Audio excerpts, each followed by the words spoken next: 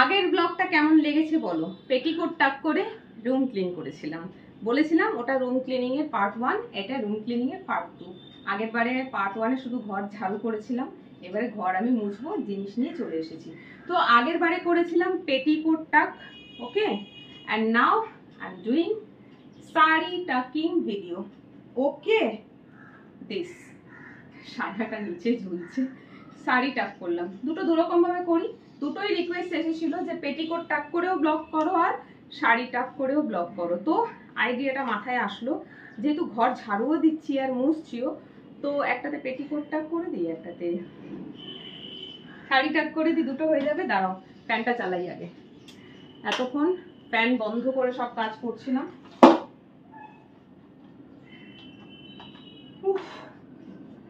আর পারি না। এটাই লাস্ট কাজ আজকের মতন। কাপড় চোপড় ছিল কাঁচা হয়ে গেছে, মোটামুটি হয়েছে। আজকে এটা করা হয়ে গেলে যাব স্নান করতে। মাথায় অয়েলিং করে রেখেছি, ভালোই হয়েছে। আজকে ঘর ঝাড়ু দিয়ে মানে পুরো ঘরের আজকে ঝুল ঝেড়েছি। আর ঝুল ঝাড়তে গেলে জানোই মাথায় নোংরা কিন্তু পড়েই, সেই জন্য আজকেই আমি ঠিক করলাম যে চলো মাথাতে নোংরা পড়বে, মাথা যখন আমাকে ধুতেই হবে, মানে শ্যাম্পু যখন আমাকে করতেই হবে, তাহলে কেননা আজকে আমি অয়েলিংটা করে নিই, বেটার হবে। আর অয়েলিং আমার করারই ছিল, কারণ নোংরা হয়েছিল চুলটা। ওকে চলো স্টার্ট করলাম, এখান থেকে স্টার্ট করি। সরাতে হবে।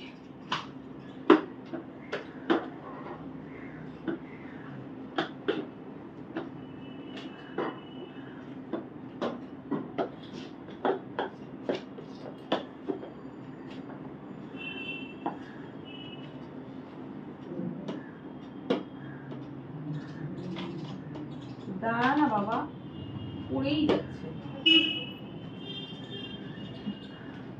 ওকে, এইভাবে জিনিস সরিয়ে সরিয়ে মুছতেই তো লাগে বিরক্ত। আর আমার এখানে কিছু করার নেই, জায়গা ছোট, মাটিতে অনেক জিনিস থাকে যেগুলো সরিয়ে মুছতে হয় আমাকে।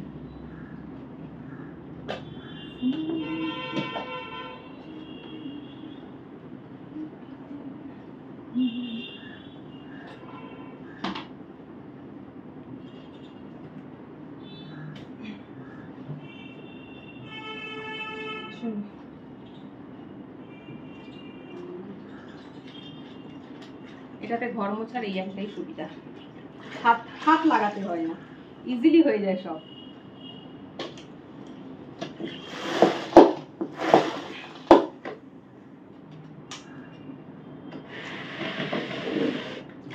ওকে,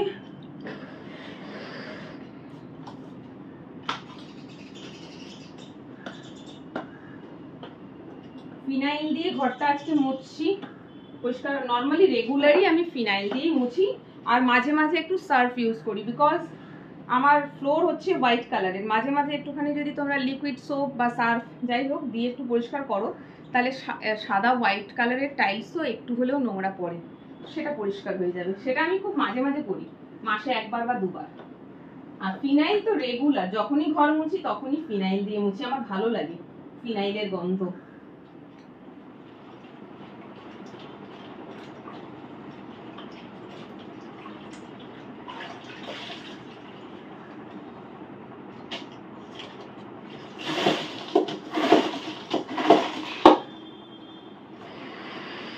আর এই বাকেটটার মধ্যে নিচে চাকা লাগানো আছে, তো ওটাকে মুভ করতেও খুব সুবিধা হয় আর কি, ঠেললেই চলে যায়।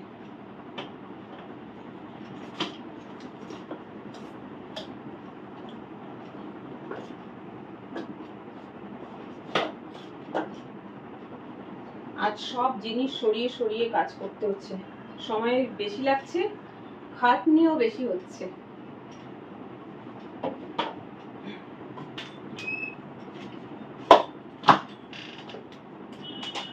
এখানেও সেটাই করতে হবে। কোমর ব্যথা করছে।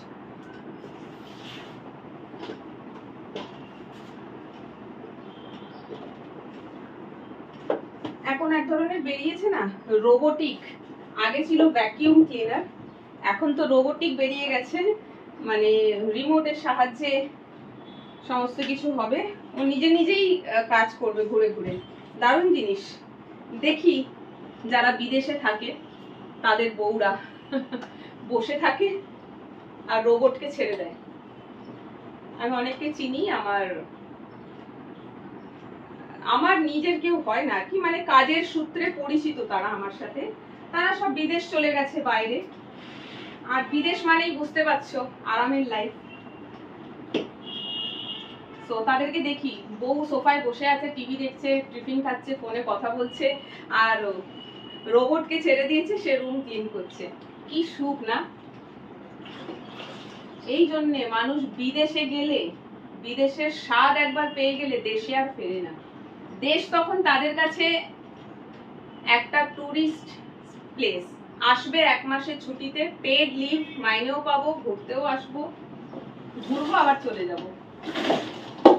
ভালোই। আমি অনেককে চিনি আমার পরিচিত যারা বিদেশে গেছে, 1 বছর বলে বহু বছর হয়ে গেছে, ফেরেও না, ফেরার কোনো প্ল্যানিং এ নেই। কারণ ওখানে তো কাঁচা টাকা, এখানে মাথার ঘাম পায়ে ফেলে 2 টাকা ইনকাম করতে হয়, আর ওখানে আরামেই ইনকাম হচ্ছে, 10% পরিশ্রম করতে হয় না। ভালো। চলো এই অবধি ক্লিন হলো, এরপরে আমাকে কিচেনটা ক্লিন করতে হবে।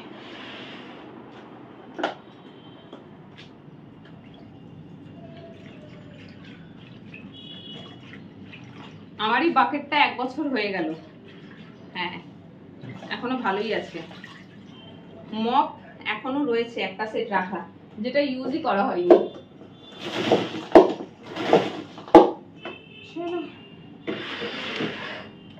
আজ যে কত বড় একটা কাজ ফিনিশ করলাম তোমরা জানো না, অনেক বড় কাজ এটা। কবে দিয়ে করবো করা হচ্ছিল না, কারণ সময় পাচ্ছিলাম না। 2 দিন সময় পেয়েছি অফিসের কাজ থেকে, রেস্ট না নিয়ে এই করছি, ভাবো।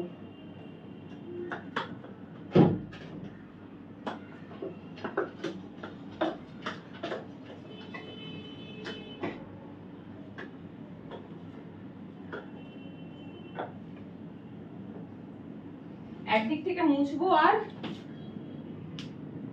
যেখানে যে পাপোশটা দেওয়া সেটা সেখানটা নামিয়ে দিই, নাইলে পরে এদিকে আসা যাবে না। এখন ঘর যেহেতু ভিজে, এদিকে আসতে পারবো না।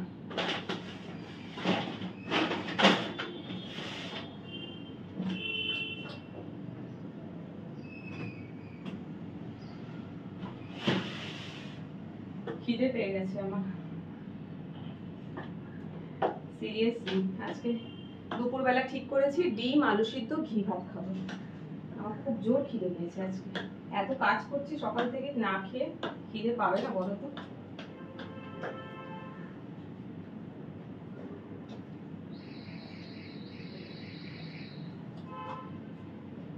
এত চুল না ঘরে। এখন আমার বাড়িতে অন্য কেউ থাকে না, যদি থাকতো তো আমি নিজে বিরক্ত হতো, তাকে কথা শোনাতাম। ই বাবা, দেখো কপালের টিপ, মুখে ঘাম হয়েছে, টিপ সরে চলে গেছে।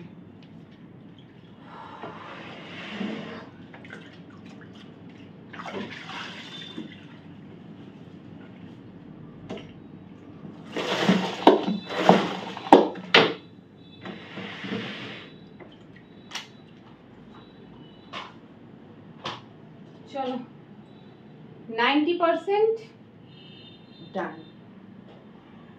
এরপর একটু বসবো, জল খাবো, তারপর যাব হেয়ার ওয়াশ করতে, কারণ ওটাও খুব দরকারি একটা কাজ। বিকেলে কাজে বেরোতে হবে, চুলটাকেও শুকনো করতে হবে, তো খুব বেশিক্ষণ বসা যাবে না আজকে। নিজেও তো পুরো, শুধু ঘর ধুলো হয়নি আজকে, নিজেও পুরো ধুলো মেখে রয়েছি, সেই জন্য আজকে খুব ভালো করে স্নান করতে হবে, হেয়ার ওয়াশ করে।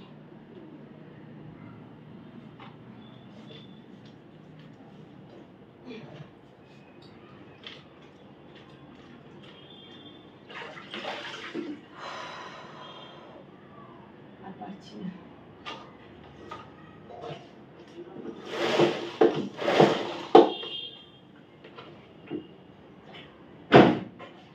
চলো এটাই লাস্ট, ব্যাস আজকে আজকের মতন কাজ শেষ।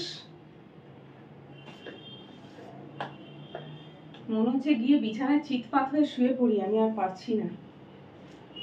খিদে পেয়ে গেছে বলে আরো একটু বেশি অস্বস্তি হচ্ছে।